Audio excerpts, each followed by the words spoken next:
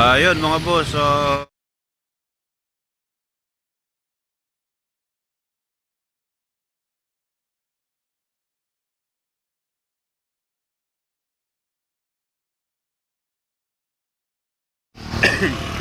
may gawa tayo dito, no? So ito si si MG, si Ace mga boss.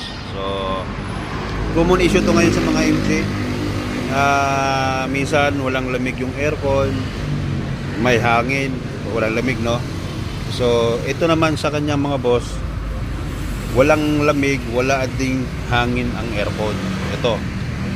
So si Sir ay taga Maynila pa. Dalawa yung ganitong unit niya. Pinagpalit-palit niya na yung relay. So nakita niya sa video ko. So sabi niya halos same problem daw. So iniwan na ni Sir sa akin nung Sabado pa lang.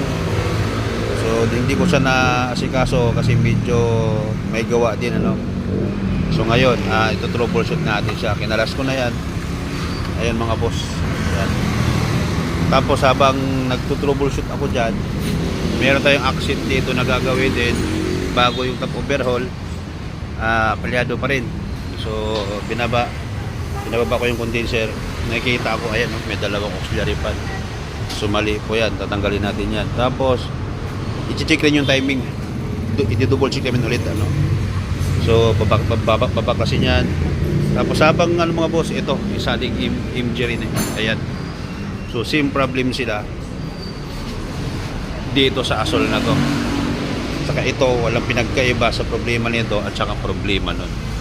So uunahin ko muna ito paggawa, no, kasi ito yung unang dumating. Ayan,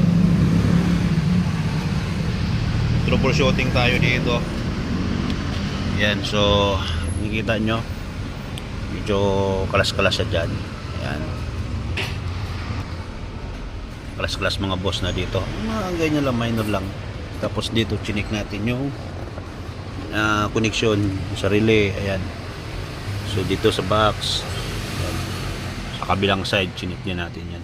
Okay, so pero nagpo-focus ako sa ganito dito sa fuse box. So nagkambas na daw sila sa ganito, papalitan buo sa kasa. Yan mga boss, papalitan ng buo ng kasa. Nasa 19.5, brand new po yung order. 3 to 6 2 to 3 weeks daw bago dumating. Isa nabuti pa na isang buwan kasi yung order pa yan. So re-repairin ko muna ito, i-update ko kayo kapag okay na, ano. So ito yung may natin, under chassis gumagawa na rin tayo mga boss. Transmission, overall, lahat mga boss gumagawa tayo. May lifter na tayo dyan, may isa pang parating. Okay, so i-install ko rin dito yung isa. So focus muna tayo dito, upload kayo. Okay, so ito mga boss, kalas na natin, no? Ayan. So re-repairin muna natin to. Dito muna tayo, dalhin na natin doon sa repair area. So ito susunod natin yan. So dito muna tayo. Yan, salang siya dyan, meron pa yan. Okay, so update ko kayo pag natapos natin repair. Okay, so ito tapos na, ibalik na natin mga boss para mapa under na natin. Ayan, so repair mo, ikabit ko muna ito. Ayun mga boss, so naibalik na natin, naka-start na rin yung makina. Ayan, may ikot na yung compressor, yung fan, malamig na yung aircon yan. So kita nyo, tapos na yan, tubig siya, okay na yan. So dito sa loob,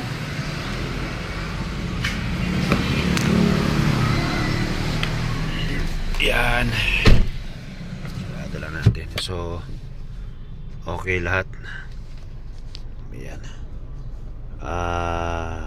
Ang problema niyan mga boss, walang power. May high speed na yan. Okay. So ayan. lahat ng mga boss wala yan, walang hangin na lumalabas dyan. Hindi naman sira ang blower motor kasi yun nga, yung may-ari nito ay dalawa yung ganitong unit niya. So pinagpalit-palit niya na yung mga pyesa dyan, ano. So ganun pa rin yung nandito ng blower motor, nilipat dun sa kabila, okay, gumagana. Lahat ng ano dito mga boss nilipat. So ang hindi lang yung fuse box, no, hindi niya nililipat. So kung nilipat niya, malamang makikita niya na sira talaga ang fuse box. So ang fuse box niya mga boss, pag assembly po yan ay kulang-kulang 20,000 ang isang buo. Depende po yan, ano, kasi yung isang customer ko na nag-canvas doon sa kasa, yun daw ang sinabi sa kanila na 19,500 po ang presyo doon. I-order pa nga.